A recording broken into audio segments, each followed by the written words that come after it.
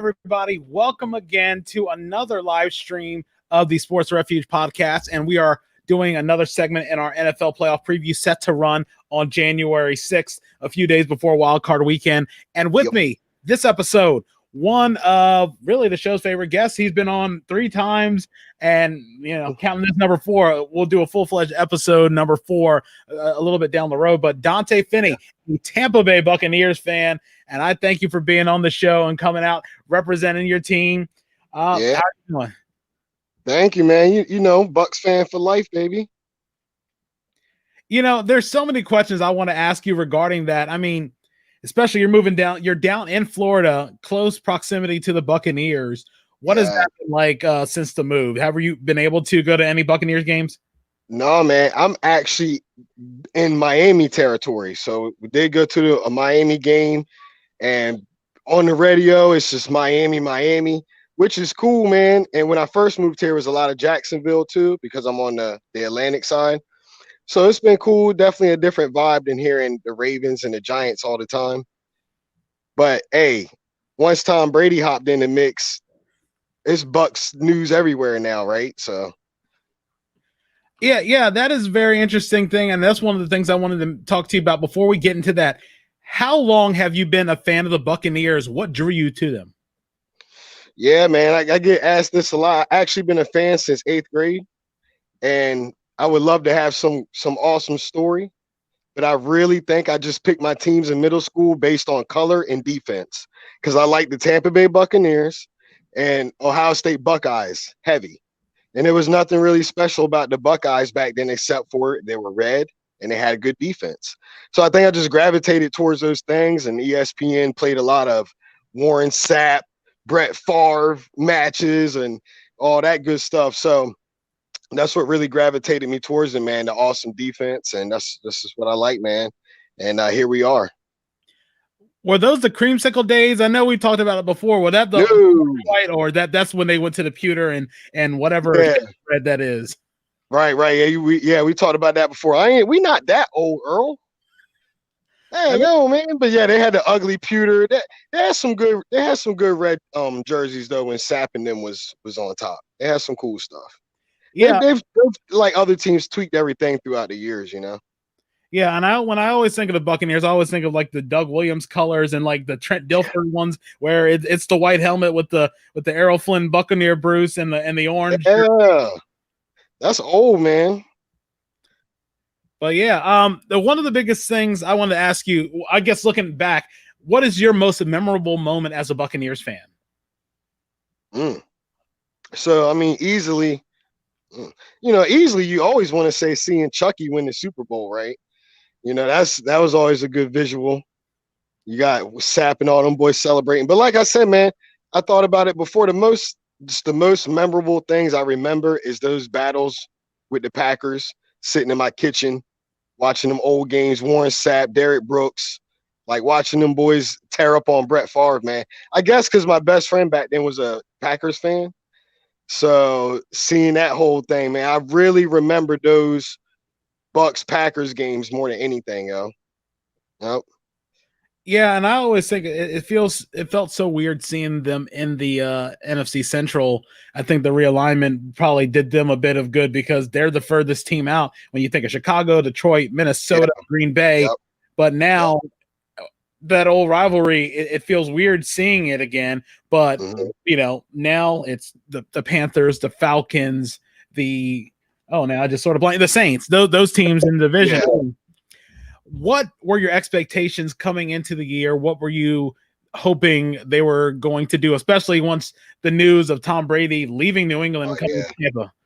I mean, I hate to say it, but I gotta be bandwagoning, man. It's Super Bowl or bust at that point, right? I mean, we had a good team. We got the coach. The only excuse was what? Winston was the turnover machine. First player to go 30 and 30 TDs, 30 interceptions, I think. So he went 30-30. You think if you replace that with Tom, you going all the way. So Super Bowl, man. And what, they started off 5-2, 6-2. I gotta look at it. They started off pretty hot.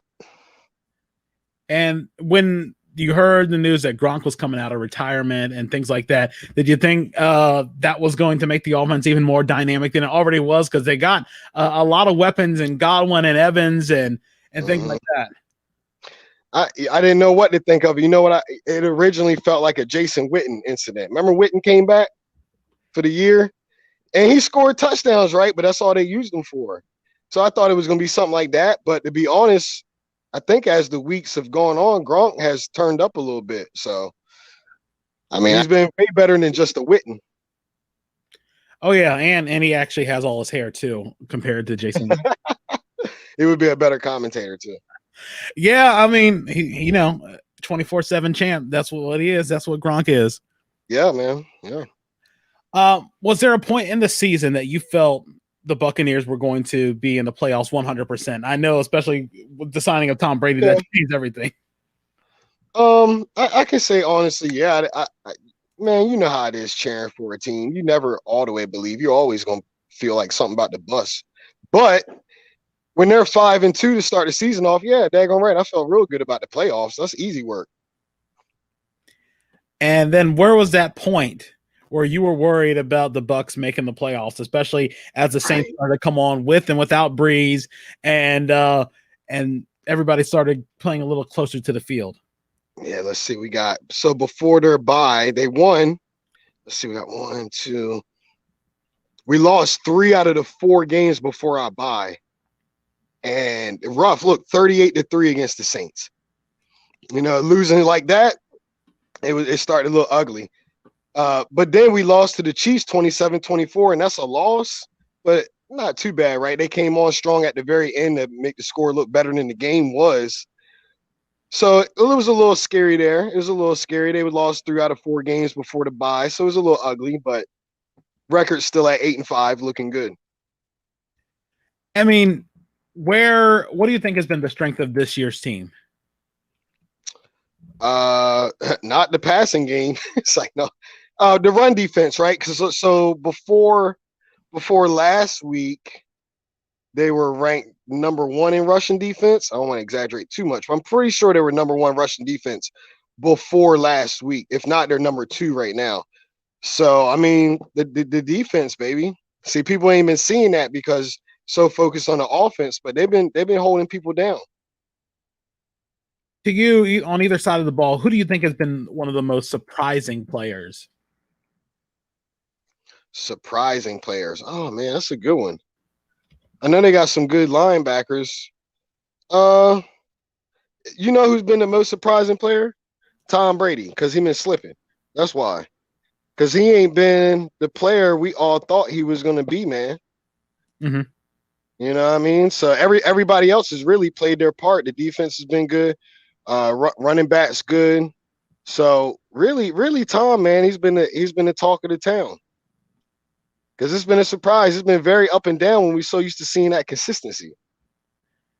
I know you hear about, I guess, the way Bruce Arians, addresses Brady's performances. And I don't think it's much different than the way Belichick did in New England. In fact, they always hear the stories of Belichick, if Brady made a mistake, he'd chew him out in front of everybody in practice. So, and especially during the screenings.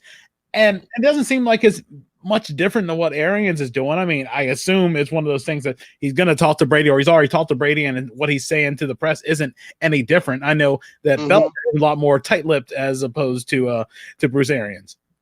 Well, and come on, we all know Bill said some stuff. I don't think Bruce should be doing it in public the way he is, but they talked about that on I think it was Colin Cowherd. Bruce Arians talked to all his quarterbacks like that. So, I mean, Tom had to know he was getting into. That dude's smart. If he ain't smart, his team is smart. They looked up the record. They looked up what that guy, past interactions are like, especially with the quarterback. So they knew what they were getting into. It's nothing, just something to talk about. Old school coaching where you can actually chastise and dig in your players' butts a little bit. It's all right. Yeah, and Arians is, he's coached a lot of guys. I mean, and I think Roethlisberger right at the top. So, I mean, it's carte blanche for him to go at it with a quarterback again. And it's not out of just to embarrass him. It's to say, this is what you need to do. This is improve. There's a fine line between You embarrassing. can't win, right? Yeah. If you don't blame your quarterback, you're babying them. If you call them out in public, you're being mean and chastising. So it's just whatever the media want to talk about. Mm-hmm. Going into the playoffs, who do you think the Buccaneers match up the best with? Oh man, that's a great one. That's a great one because a lot of the team's strengths, not to say passing is the strength, but we got a little good passing teams. No teams really rely on the run. But I was thinking about that, man. Arizona would be a good matchup. They're fourth in rushing.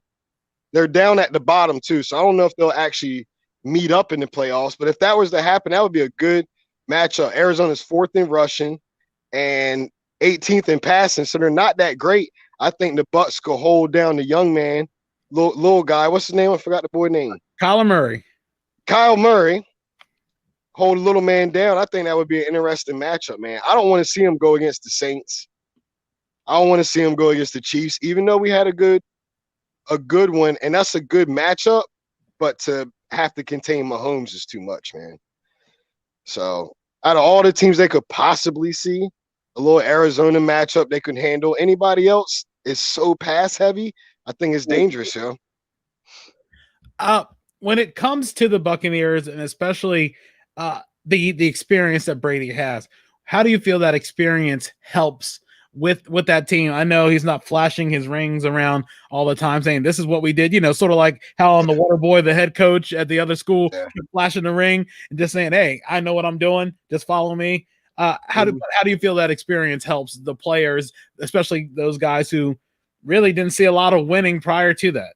That's what it's all about, right?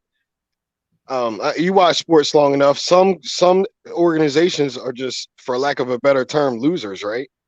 No matter who you put on the team, it just won't go through for some whatever reason, right? Cowboys, things like that. Having Tom on your sideline gives you that confidence, right? Like, the boy been through it all, man. I think that helps a lot. I think Bruce handles a lot of that. Bruce Arians. I think he's a good coach, keeps everybody motivated. Like, this isn't the end of the world, guys. We're gonna make it through. But you got Tom and Gronk on your team. You gotta believe, right? What do you think about Leonard Fournette's performance this season? I know once he got cut by Jacksonville, he was sort of chomping at the bit. A lot of guys were chomping at the bit to come to Tampa. But what do you feel Fournette's performance has done for this team this season, if at all? I know. So I think he had not the last game, but the 2 games before that, he had some good games. Before that, nothing. Low production, right? But he came on as time went on. None of these running backs are really impressive right now, man. You got Derrick Henry and then everybody else pretty much. Leonard Fournette, I didn't like that move. But I mean, who else you gonna get, right? Yeah, I mean, I think this is sort of a change of scenery thing. Everybody thought, okay, get out of Jacksonville, get out of that purgatory, go somewhere else where the culture should be a lot better, more experienced. Bruce Arians, took the Cardinals to a Super Bowl. And again, Tom Brady, what more do you need to say about his resume? But just thought that maybe Fournette just needed a change of scheme, change of scenery. And so far, I mean, maybe that's the thing. If things don't work out the way they do this year, maybe that's the next thing. Get a running back, a dynamic running back, or somebody in the draft that can really do some damage to sort of take the pressure off the passing game. There isn't any, man.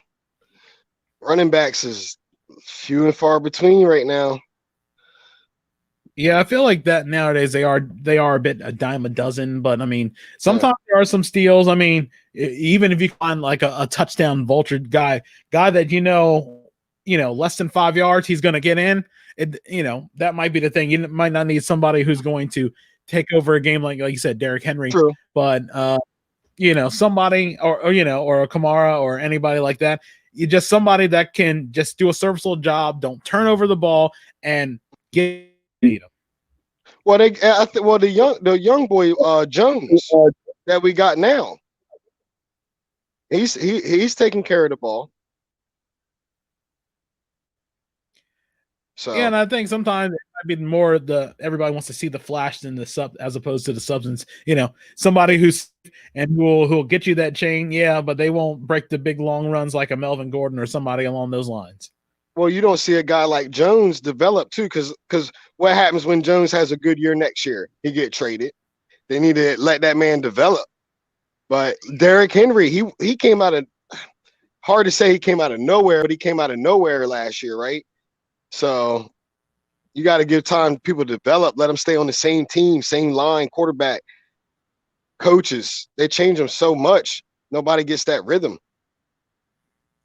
So I think if we hold on to our young man for a little bit, we got a chance. When it comes to the Super Bowl prediction, I know it's extremely early. Who do you have coming out of the NFC? Who do you have coming out of the AFC? And what do you have as the goal? Right. I figured this was coming, right? So you really want me to get on here and go against the Bucks? Come on, man. Bucks going. They're going in. It might be a little bit of a rough, rocky road, but they're going in. Okay. Who we got to worry about? The Colts or somebody? Or not the Colts. Kansas City on the other side. So Bucks, Kansas City, man. Got to. Bucks, Kansas City. I can't say, I ain't gonna lie though. I can't say I can see the Bucks winning. Can't say I see the Bucks winning that one too much. So we're gonna go Bucks, Kansas City for the victory, man. We'll go 46-23. Wow. And so far with all the predictions, I've heard the Chiefs coming out of the AFC. Everybody else has picked their NFC team, but the Chiefs are pretty much the cream of the crop in the AFC right now. And you never know what will happen. I mean, we thought that they were dead and buried against Houston last year, and they found a way to come back. And then Tennessee almost had them. And you never know. So, I mean, a couple times I've been wanting to pick Tennessee for sure. Yeah, Tennessee a good team where you can control the ball, man. So watch out for Tennessee. Watch out for Tennessee for sure. Mm-hmm. Another thing too, can we backtrack real quick? Oh yeah. You know what I want to see though? What would be great?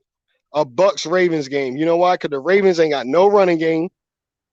So no running backs. So I take that back. They got a running game. They don't have any running backs. I feel like that would be a fantastic matchup for the Bucks. That would be great. That would be some good hometown butt kicking. I would love to see that.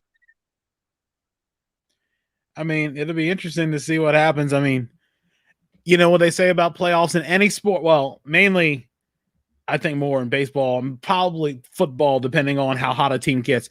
It's a crapshoot. I mean, basketball, the odds are pretty much the best team's going to make it, barring some weird stuff that occur. But all three of your top three players get injured.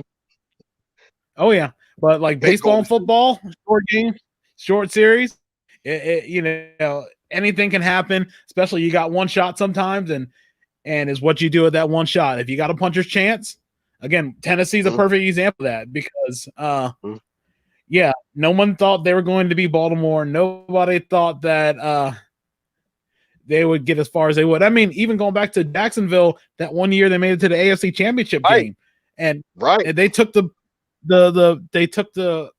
Patriots to the brink, and you never know what happens at any moment. Yep. Yeah, man. Football is awesome for that, man. It seems like the best teams eventually definitely come through, but you never know, man. Yeah, definitely. Before we wrap this up, I want to give you a chance, opportunity to give media tags where people can reach out to you and talk to you and things like that. Oh, for sure, man. Definitely everybody hit me on Facebook, Donta Finney, Donta. Type that in, I'll pop up, man, for sure. Hit me on there. If you want to check me out on Instagram, full contact, the number 4 fun, full contact for fun, man. But Facebook's the place to be. Hit me up on there. All right, Donta, I really appreciate it. We'll continue this conversation offline. For everybody listening again, And hopefully, we'll be back very soon with another one of these. And remember, the final episode with the full preview of all the teams in the playoffs, all 14, will be on January 6th. And of course, the teams that don't make the cut will have a special episode with those for the ones who made it oh so close. Until next time, this is Earl Holland, along with Donta Finney, my guest, saying thanks for listening and have a good one.